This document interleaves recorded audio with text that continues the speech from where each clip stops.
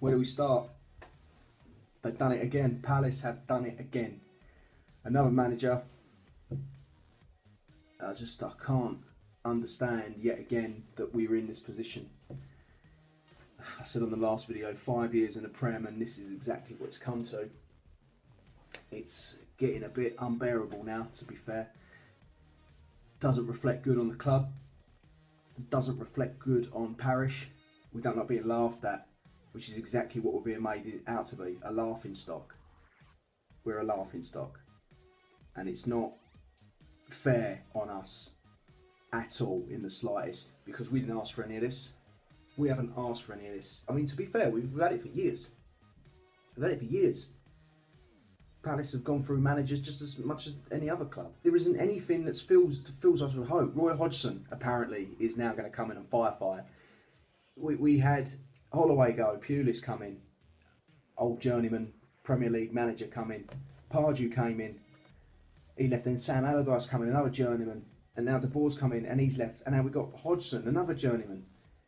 What is Parish playing at?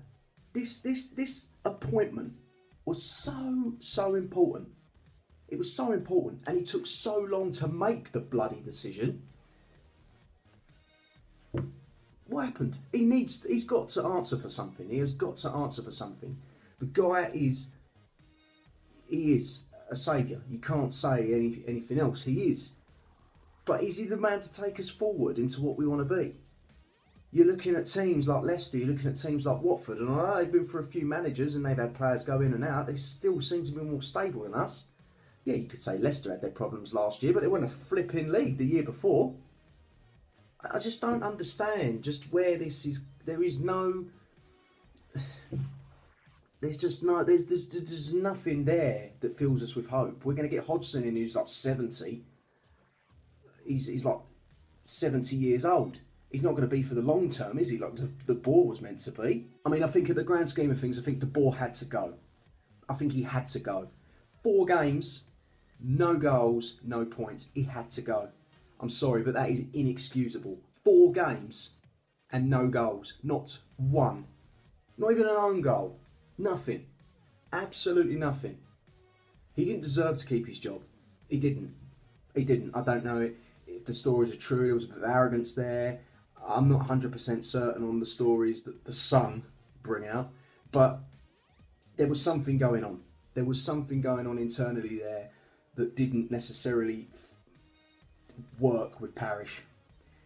They sold a dream to each other in the interview. They sold each other's dream and they bought it. Hook, line and sinker. I think he deserved to lose his job on the basis that he just didn't seem to get it right. It was different every game.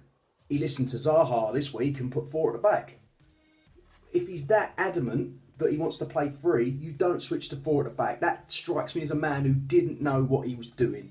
He didn't know what his best team was. He was playing players he said were crap, and that he was playing those players.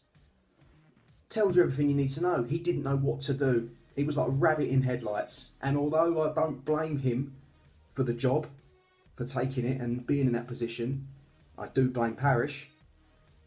De Boer could have handled it better, and he didn't. For 4 years, that squad hasn't really been upgraded. The team has been upgraded, but not the squad.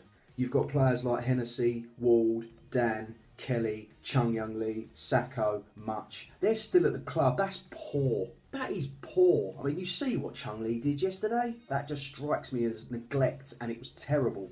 The fact that we still had players like that at the club after 5 years in the Premier League. If they're not performing, you get them out. Lee should have been gone a long time ago. It strikes me as just neglect completely, and I do feel for De Boer because of what he had to work with. But on the basis of that it's a results business, he did deserve to go. But the squad problem is Parish's fault, and that needs addressing. I mean, ultimately, not signing competition for Benteke, Zaha, Townsend is what's going to get us relegated if we do go down. Benteke is, someone said, 2 yellow cards away from suspension.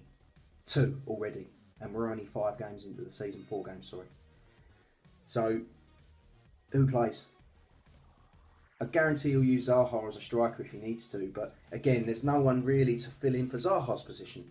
If Townsend gets injured or Zaha gets injured, We've got Kai there, but we know he can't do it on a Premier League stage yet. He may be able to, but he's not ready now. There's no competition for places up the top of the pitch. You've got 7 centre-backs or whatever it is. You'll cover at left back, you'll cover at right back. Don't get me wrong, they're not amazing players, and they're not by any stretch of the imagination. But how on earth you can't have backup or competition for Benteke, Zaha, Townsend?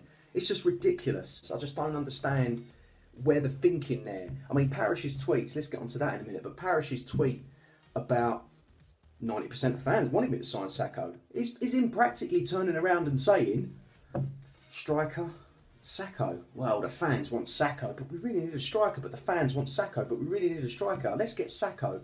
A striker? Who thinks like that? We've got cover at centre-back. It's brilliant. It's absolutely brilliant to see Sacco back. But we didn't want it on deadline day instead of a flipping striker that scores you goals in the Premier League. They say they're probably the most difficult thing to do. And we haven't even got anyone who can bloody do that. I mean, you only have to look at what happened when we put Scott Dann up front against Burnley. Scott Dann should never have been in that position in the first place. Scott Dann, okay, he missed an absolute sitter, but you can't castrate a guy for missing a sitter. It happens, whatever. But if we had a backup striker, Dan wouldn't even be anywhere near that end of the pitch. But instead, we've got no choice but to use Dan because we haven't got anyone there. And this is the thing that's really frustrating. It will eventually relegate us if we don't sort it. If we go down because we can't score the goals and we haven't got the striker or the attacking players there, as I said, cover for Zaha, Townsend, etc. That is what will relegate us. And buying Sacco will be the biggest mistake Parish has ever made instead of backup for those players. Not to mention that the Boer kept picking, punching. What was he seeing? What was he seeing? Seriously. We love Jason Puncheon. I made a video on the guy for crying out loud. We love him, but he keeps getting in that team. And you could tell that he was going to keep getting in that team as soon as he was made captain at the beginning of the season. A lot of people were saying it should have been Luca. I was hoping maybe Sacco was in before that. It could have been Sacco, whatever. But if you're not performing, you don't play. It should be the same rule for everyone, not just for one player or two players. It should be the same rule for everyone. Lastly, I'm going to move on to Steve Parish's tweets. I have absolutely no idea what he was on last night. I have no idea at all. But it's something he just shouldn't have got involved in. He made himself look an idiot in the end. He said we should all stick together, and then he sacks the manager the morning after. It's ridiculous, saying that 90% of fans wanted Sacco. That's the reason I signed Sacco. Who are these 90% of fans? I want to know if he ran a poll on Twitter under a fake account, because I didn't see any stats like that. He also criticised Burnley's starting 11 or their squad and said if you compare our squad to Burnley's, whose is better? Who flipping won yesterday? Who's beaten us 3 times in a row? Burnley! What is he getting at there? That is ridiculous. That is a ridiculous comment from Parish. That, whose squad's better? And that just proves that he must love his shiny signings over squad depth. Dyche came out yesterday and said we should have won. He's right. But you cannot go on Twitter as a chairman and say, whose squad's better? Put them on paper. Put them on paper. Who's got the better squad? Because that gets you 3 points, doesn't it? And it went with the others as well that he put out. Just saying, we have got cover at winger. Have you not seen Jeffrey Schlupp? Have you not seen Bakary Sacco? It just, again, as I said, it just shows with him saying things like whose squad's better, ours or Burnley's. It's like he's got a divine right to get 3 points because we've got Sacco, Kabay, Benteke and Zaha on the page. That's not how it works, Steve. Burnley beat us, as I said, 3 times in a row now. I think it's 3 times. But they've beaten us 3 times in a row now to say they stick together and then sack the guy the next morning. That's very, very odd. Blitzer and Harris were at Burnley yesterday. I think the ball was gone anyway. I think they were over to sack him. They weren't there to look at the football and go, do you know what? He's doing all right. Let's not sack him. They weren't there to do that. They were there to sack him. Without a doubt. Because it's no surprise. They were there. Probably had a chat. Next morning he's gone. Anyway, I've been Cole for FYP TV. Subscribe, like, follow, all that stuff. And I'll see you again soon. See you later.